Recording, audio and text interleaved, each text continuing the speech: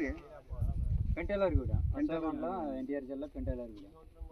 అయితే విత్తనం ఏ విత్తనం పెట్టుకున్నా? ఇది జామిని విత్తనం, బయోసీడ్ వాళ్ళది జామిని విత్తనం. విత్తనం బాగా కాసింది, బాగా సౌట్ఫుల్ అయింది. కొత్త కింద నుంచి పైకల్లా కాపు బాగుంది.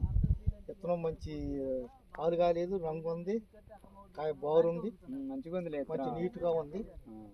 అయితే అసలు మరి మీకు అట్లా ఆలోచన ఎట్లా వచ్చినట్టు అన్న మరి ఇట్లా ఇదే నాకు ఎప్పటి నుంచో పరిచయం. ముందు దామిని వేసా, ఎల్ కంపెనీ ఇదే దామిని వేసా. ఆ దామిని కూడా బాగానే ఉంది.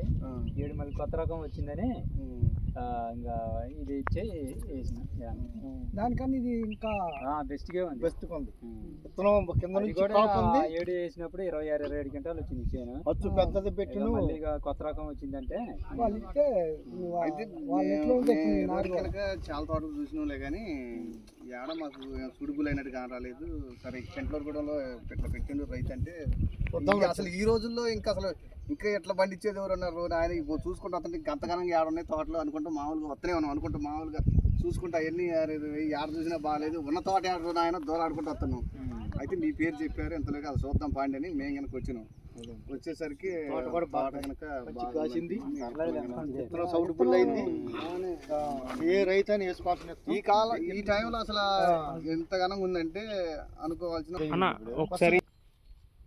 అయితే యామిని విత్తనం బాగుంది, చూడటానికి బాగుంది. ముందుకు మేము కనుక అసలు వేయాలనుకుంటున్నాం, చూసిన కాటికి ముందుకు వేయదలుచుకున్నాం కనుక 10 మంది రైతులకు కూడా మేము చెప్పగలుగుతాం మంచిగా ఉందని. వేసుకునే బయోసీడ్ వారి యామిని విత్తనం హైబ్రిడ్ విత్తనం సూపర్ ఉంది, తేజ రకం బాగుంది, బాగుంది, మంచి కలర్ ఉంది.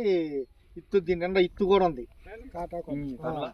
ఇత్తు కూడా బాగుంది. ఇప్పుడు ఏరిస్తే కూడా దీనికి విధానం కూడా తెలిసింది. రేపు ఏరిస్తే రేపు నీకు కనుక ఇంకోసారి మేము వస్తూనే ఉంటాం, పోతూనే ఉంటాం. ఈ గ్యాప్ లో అసలు ఇట్లా వేసే విధానం